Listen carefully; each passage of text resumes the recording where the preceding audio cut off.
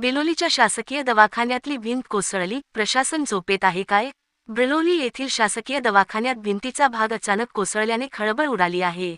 सुदैवाने मोठी जीवितहानी टळली, मात्र या घटनेने शासकीय बांधकामांच्या गुणवत्तेवर गंभीर प्रश्नचिन्ह निर्माण केले आहे. रुग्णांच्या जीवाशी खेळ होईपर्यंत प्रशासन वाट पाहणार का? भिंत अचानक कशी कोसळली? बांधकामाची गुणवत्ता तपासली होती का? काम पूर्ण झाल्यानंतर संबंधित अधिकाऱ्यांनी पाहणी केली होती का?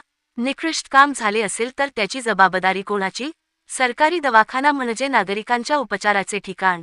येथेच बांधकामाचा भाग कोसळत असेल तर सामान्य नागरिकांच्या सुरक्षिततेची जबाबदारी कोण घेणार?